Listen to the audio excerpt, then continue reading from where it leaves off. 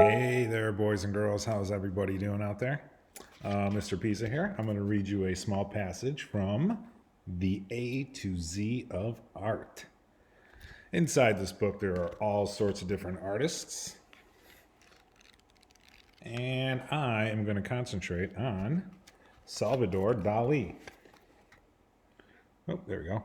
You can see right here, the artwork in here is his lobster telephone. And I'm going to read you all about Dalí. We have studied Dalí before when we studied surrealism. So sit back and for the next minute or so, enjoy these subtle sounds of Mr. Pesa's voice. In 1922, Salvador Dalí entered the Special School of Painting, Sculpture, and Engraving in Madrid. By 1926, he had been expelled for extravagant behavior. Such artistic anarchy set the tone for his life.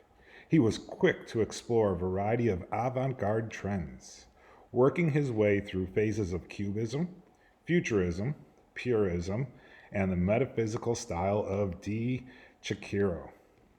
Self-portraits found him.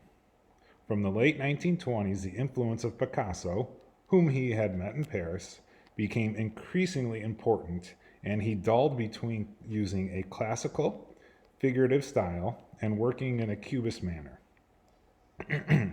Individual and perverse features made their way into the paintings, heralding a dramatic change in 1927. A crisis in his ideas about representation coincided with his entanglement with surrealism. Works of 1929 are the culmination of his exploration into desires, dreams, and the unconscious mind. Freudian symbolism and other elements combined to produce extraordinary imagery that seemed to be the visual equivalent of hallucinatory experience.